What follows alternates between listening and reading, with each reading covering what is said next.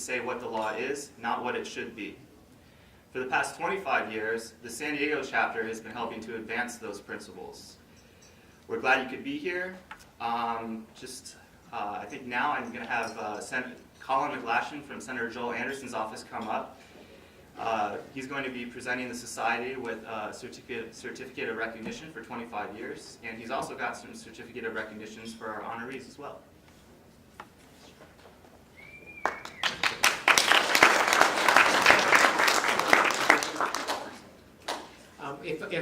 As I begin, if I could have, if you're a former president of the Federalist Society of San Diego, if you could please join us up here on the podium.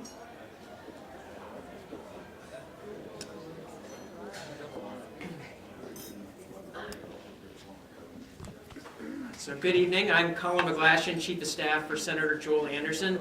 It's an honor to be here to represent Senator Anderson, who is not able to be here this evening because of Senate committee hearings that kept him in Sacramento this afternoon. I know he wishes he could have been here personally because the principles that the San Diego chapter of the Federalist Society has fought to defend over the last 25 years are the same ones he's fought to defend in a legislature that, doesn't always see things the same way. He wanted very much to be here with his friends and allies to celebrate the San Diego chapter of the Federalist Society's 25 years of extraordinary service. So I am here on his behalf tonight to celebrate you.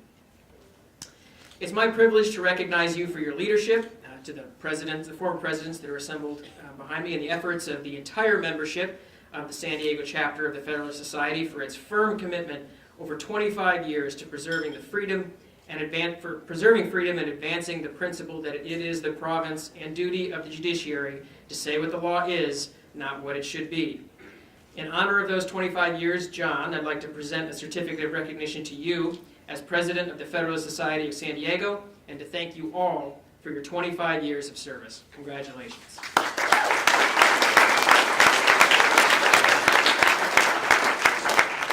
And I know that we're going to hear more about and from our three honorees later this evening, but I would like to take a moment to also recognize each of them this evening on behalf of Senator Joel Anderson with a certificate of recognition that I will leave with John. Mr. Gaglione, thank you for your leadership and your vision.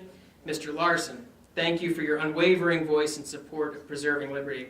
And Judge Bea, thank you for being a model of excellence and integrity on the bench. Thank you all for your unyielding commitment to the protection of the structural Constitution and your efforts to preserve individual liberty for all of us. Thank you.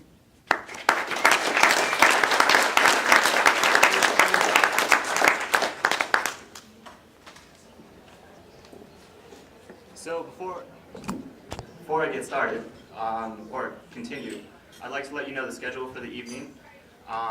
In a minute, I'm going to have Judge Joseph Brannigan come up and introduce Bob Gaglione, and then he's going to speak. We'll break for dinner, and then after dinner, we'll honor our other two honorees, Mark Larson and Judge Carlos Bea. So with that, I'll invite Judge Joseph Brannigan up here from the San Diego Superior Court. Thanks for coming.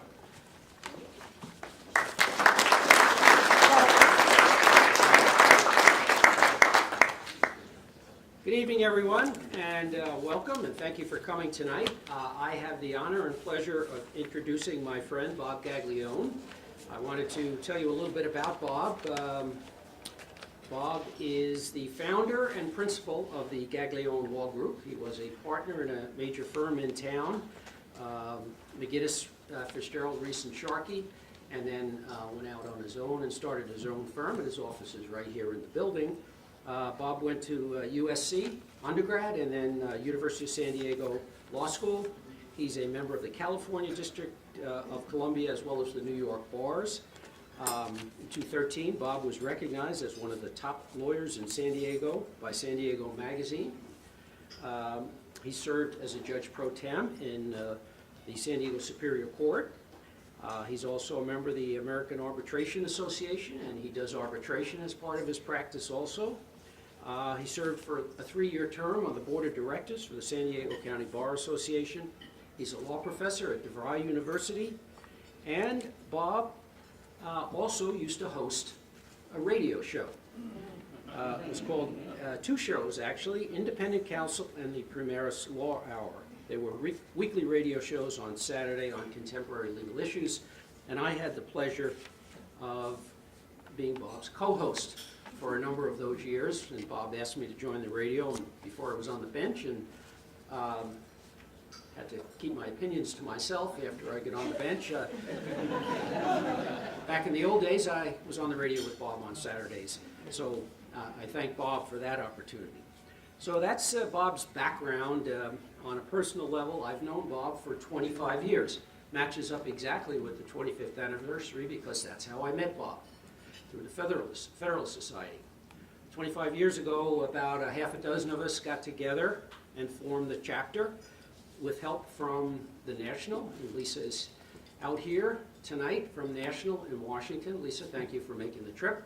Lisa, Leonard Leo, Gene Meyer, there were a number of people who helped us form the chapter, and that's where I met Bob. And throughout the years, we traveled back to Washington for the national conventions. We went up to Napa for the Western Leaders Conventions over the years. We had the opportunity, if you saw a lot of the pictures, to meet Justice Scalia numerous times. Outside of the Washington, D.C. area chapters, the most visited chapter by Justice Scalia was the San Diego chapter. So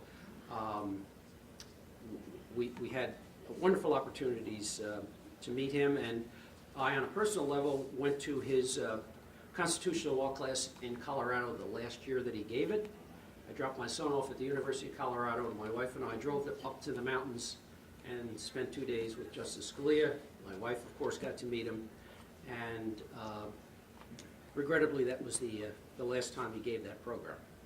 On the radio show with Bob, we interviewed a lot of interesting people. Joan Emery, I'm sure many people know Joan Emery, from Johnny Carson perhaps, but of course she's a local luminary. And also another one was Dick Enberg, who we just lost recently, the announcer. So I've known Bob for 25 years, and he's one of the finest individuals that I know.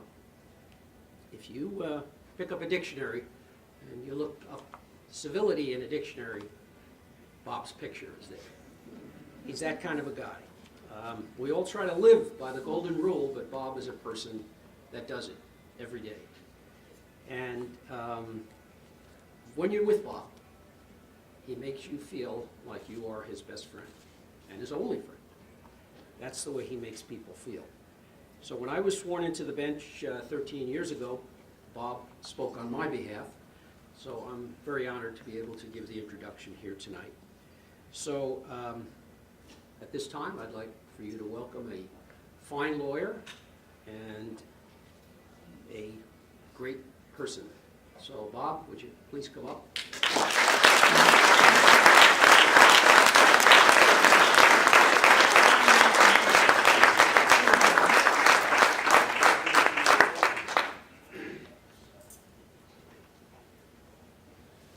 Well, thank you so much, Judge Brannigan, and thanks to all of you for being here this evening as we celebrate the 25th anniversary of our chapter of the San Diego chapter of the Federalist Society. To paraphrase a quote from the late Jack Benny, I don't deserve this award, but I didn't deserve the C I got in constitutional law either. I just want to acknowledge my constitutional law professor is here today. We cleared this joke before we went in. Only kidding, Professor. After all these years, I am over it. And after all, I am getting the Bernie Segan Constitutional Scholarship Award tonight, right? So we're all good. That's a good segue to talk about the first of three topics that I'd like to talk about tonight. The first is, of course, USD Constitutional Law Professor Bernie Segan. I'll also talk a little bit later about the history of the San Diego chapter of the Federalist Society, and also some of the debates and other programs we've hosted over the years. And finally, I'll give some thoughts on the future of our country, and significantly the importance of our ability to engage in civil debate and discussion about the public policy and contemporary legal issues of our society. And I hope you can all hear me. I'm sorry, I'm fading back from the microphone. Let me try that. But first, I want to tell you a little bit about my background and how I got to be here tonight. I was blessed to have grown up in a town on Long Island known as East Meadow in New York, in a time and place that was so close to perfect that it might as well have been called Pleasantville. I'm eternally grateful to my parents who aren't with us today. They're up in heaven, hopefully watching this proceeding tonight. My mother taught me how to love unconditionally, and my dad taught me how to give back to the community without expecting anything in return. And my parents always said one thing to me, and that thing was, remember one thing, be good. With that background, I left Long Island when I was a young man to attend college at USC in Los Angeles, and then ultimately in law school at the University of San Diego, which brought me here to America's finest city. I worked at the front desk of the USD Law Library, which I know many of you here who attended USD visited on many occasions. And I got to know a gentleman by the name of Bernie Segan, who was one of the USD constitutional law professors, and a real true human being, the kind of person you really immediately gravitated towards. And Professor Segan, because he was a legal scholar and wrote a lot, he was a prolific writer, and he would check a lot of books out of the library. It was my job at the law library to check books out, so that's how we got to know each other. He was a very warm person, had a gentle spirit, a very kind man, and I didn't realize until later he was an intellectual giant. He was just one of these regular guys that would come in and talk, with simple terminology. I was a first-year law student, so I didn't know anything about the law. I'm just learning, how to check books out and trying to learn how to shepherdize cases and learn about reading cases and what's the holding and what's the rationale. So it was all new to me. I had no lawyers in my family. I had no law background whatsoever. Going to law school was kind of a flyer for me. I didn't know if I'd make it through the first week, let alone the first year. Didn't ever dream in my wildest dreams that I'd be standing here tonight addressing this distinguished audience about legal topics and Bernie Segan, who's this intellectual giant. But he spoke in very simple terminology. He would say things like, smart growth is dumb growth. That was one of his favorite phrases. He talked a lot about smart growth, and he would just kind of boil it down to simple terminology that we all understood. And I learned as I became a lawyer later in life that the people who are the true geniuses in society aren't the ones that use Latin and big terms and words we don't understand. They're the ones that can take very complex topics and talk in simple terms. The good trial lawyers do that. Hal Coleman and I, who's here tonight, we learned that at McGinnis, Fitzgerald, Reese, and Sharkey. The great trial lawyers don't have to use these $100 words. They use simple vocabulary that jurors can understand and relate to. And geniuses in society do that. And Bernie Segan was a genius. He was just an extraordinary man on so many levels. And I was very honored to know him just by checking his books out of the library as a law student. Never did have him for constitutional law, but I came to know him through this organization, through the Federalist Society. And Professor Segan actually gave the 10th anniversary keynote address right here at the University Club 15 years ago. He was our guest speaker that night. And, a few years after that, he passed away. And our chapter chose to create an award in his honor. It was the very first award our chapter ever gave, the Bernie Segan Award. And for those of you who aren't as familiar, we have these plaques that are, I think, housed in Judge Brannigan's chambers usually when they're not here at the University Club for a new award ceremony. But this award, for those of you who are not familiar with it, is given, it's called the Bernie Segan Award for Constitutional Achievement, Outstanding Achievement in Constitutional Scholarship. It's dedicated to honor those who have followed in Professor Segan's legacy to support the teachings of the Constitution as the founders intended, and the principles stated by George Washington, and we have Adam Van Susteren to thank for this quote. The principle stated by George Washington on July 28, 1795. Anyone there at that time? No. He said, "The Constitution is the guide which I will never abandon." So that's one of the principles this organization supports. The award recipients are a very distinguished group. Include, in 2008, the first year it was given, former U.S. Attorney General Ed Meese. 2009, former U.S. Solicitor General and Independent Counsel Ken Starr. 2010, Judge J. Clifford Wallace of the U.S. Court of Appeals for the Ninth Circuit. 2011, former City Attorney Jan Goldsmith, and our current City Attorney Mara Elliott's here tonight, and along with Mike Georgino and a group of city attorneys, and we thank you all for being here. They've all worked with Jan Goldsmith. Thank you. In 2012, Orange County Superior Court Judge and former U.S. Congressman Jim Rogan won this award. 2013, Judge Rogan. Retired Judge Alex Kaczynski of the U.S. Circuit Court of Ninth Circuit Court of Appeals. 2014, soon to be retired, maybe, Congressman Darrell Issa. We say maybe because we hope he doesn't retire. 2015, Brian Garner, professor and the editor of Black's Law Dictionary, which all law students learn. It's probably the first text you become familiar with is the Law Dictionary. And then 2016, let's see, who won that one? That was Judge Joe Brannigan, my good friend. So I'm very honored to follow in your footsteps, Judge Brannigan. And then last year was Leonard Leo, the Executive Vice President of the Federalist Society, who has taught us all in this organization to be good servant lawyers. And that's a lesson we follow. And we all appreciate everything Leonard does, and Jean and Lisa Zell, who's here tonight. The Federalist Society, as I'll talk a little bit more in a moment, is an amazing organization. And for those of you who aren't members, you should join. Those of you that are members, thank you. So it is very humbly that I accept the 2018 Bernie Segan Award on behalf of all of the current and past presidents of the Federalist Society, the board members of the San Diego chapter, and many of you are here tonight. We've only got a couple of presidents that aren't here tonight, so thank you all for being here and coming back, for some of you who are coming back to join us. And stay active. It's a good group. We have 25 more years to conquer the world.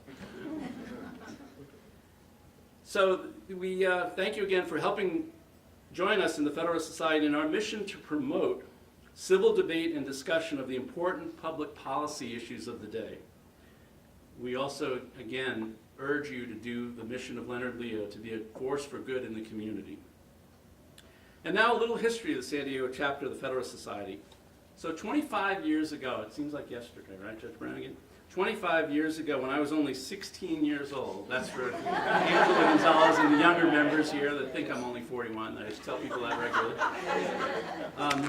Some of my younger friends know that's not true, but you know, we'll go with that for now. So 25 years ago, when I was 16, a colleague of mine came to me at the, I had worked with Jim Sweeney at the District Attorney's Office in San Diego. And Jim is and was a fabulous lawyer, a brilliant man, very conservative lawyer, and he had this vision to create a chapter of the Federalist Society here in San Diego. I had no idea what he was talking about, but he talked about the fact that he wanted to create an organization that would get lawyers and public policymakers together to debate these issues civilly in San Diego. There was no other organization that did that. The ABA never did it, the State Bar never did it, the County Bar never did it. So we had a lot of important issues going on back then, as we do now. And this organization pulls in the best speakers on a topic, and he was telling me this conceptually. It was fascinating to me. It's like, yeah, that's something that's missing in our legal profession. We go to law school and we get busy, we start doing trials, and yeah, but we forget the big picture here, the Constitution. That's the big picture. We're here to serve the American public and be officers of the court. But there's a bigger picture, a greater calling. So Jim had this incredible vision to create this chapter of the Federalist Society here in San Diego. So he called a meeting, and it was a happy hour. So those of you that know me well know happy hour, I'm going, right? We're there.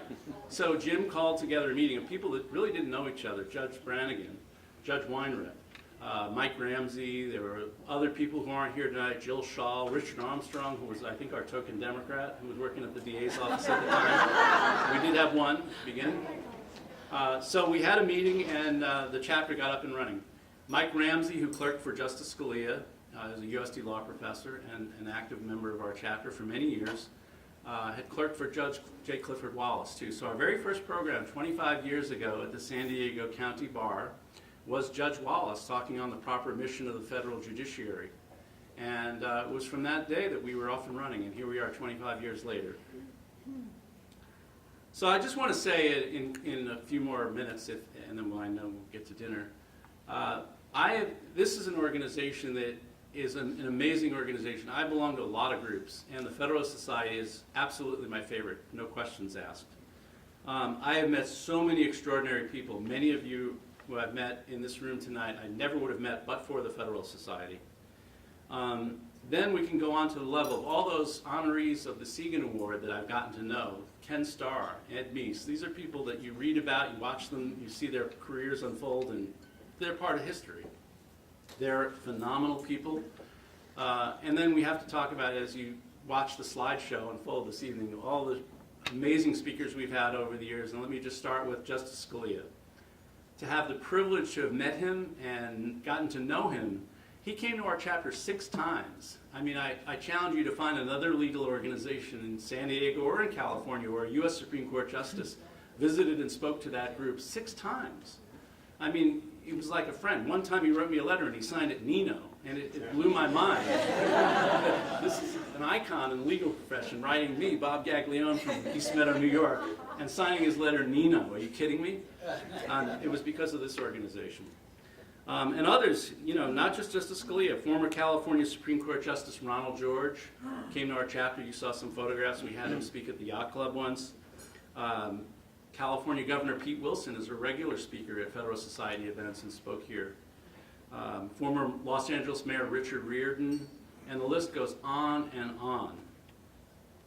I hope you enjoyed those photographs, and many of you who are in the audience tonight are in those photographs, so you've been a part of this chapter over the last 24 years and have been along for the ride, and I thank you all for doing that. Together we've done many great things. We've put on well over 100 programs over the 25 years. We've had debates, we've had discussions, we've had happy hours, we've had golf tournaments, right, Adam? That was your idea. We've done a lot of fun things together. Some of the topics we've covered, again, getting back to the serious topic tonight, is we discussed the important legal issues in our society. First Amendment, the Second Amendment. We've talked about immigration reform, public pensions in the city of San Diego. That's a big issue. The San Diego Stadium, when that was an issue, the charges have since left us, so it's not an important issue today, but we're still trying to figure out what to do with that Qualcomm site. So we're not only dealing with constitutional issues, we're dealing with statewide issues and local issues. Tax reform is another issue we've talked about. And I would submit to you that this organization fills a gap in our society for important legal and public policy issues. And we bring in the best speakers to educate and inform the public and those that bother to attend, that care. And we do it in a civil way. It's a way that we can promote civility and professionalism. We talk about these things intellectually and honestly. There's no name calling, and unfortunately that's a lot of what's going on in our world today, right? I've actually turned off the news in the last few months because it's gotten to the point where it's just, you know, we've got to raise the bar. We've got to somehow implore our media to do a better job of covering the news in a more professional way, in my humble opinion. So we look forward to the next 25 years of doing programs and continuing the coverage of the important legal issues of the day. And finally, a few words about the future in this country and in San Diego.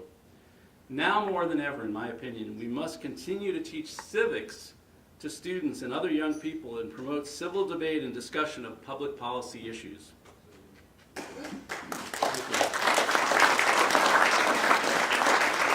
And we must resist the forces of political correctness and those who wish to silence the conservative and libertarian voices by eliminating these points of view from college campuses and elsewhere.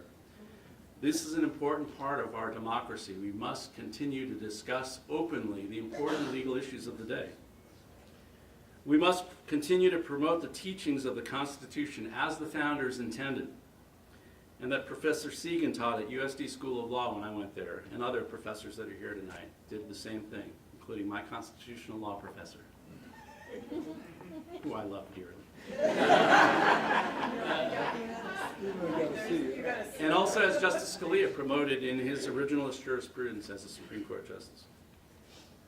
So in wrapping up, as my mother and father taught me when I was growing up, my love for these principles and the importance my parents instilled in me in giving back to the community, the past 25 years of service to this organization has been easy for me. It's been quite easy. The Federalist Society is a great organization, and it has been a privilege to serve as a board member all these years. Privileged to be a founder along with Judges Weinreb and Brannigan and the others, including Jim Sweeney, whose concept really created this chapter. My sincere thanks to Lisa Zell, who traveled all the way from Washington, D.C. to be here tonight with us, and all of her colleagues at the Federalist Society who do an amazing job. Not just a good job, they do an amazing job supporting our chapter and supporting the mission of the organization. My hope and prayer for the present and future leaders of this chapter, and I'm speaking to all those young people who think I'm 41 years old now, that you carry on the legacy of Professor Segan and of Justice Scalia, and do it with the love and the passion that we have done for the last 25 years. We know that with that passion, you will bring continued success and growth to this chapter. So thank you very much again for the honor of the 2018 Segan Award. I am truly humbled, and I will appreciate it for the rest of my life. And I will close with the words my parents always said to me and add a few words of my own. Be good and do great things.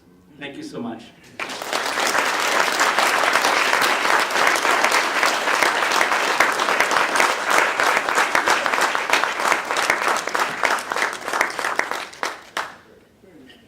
Okay, that's it for now. I'm sure everyone's hungry, so enjoy your dinners.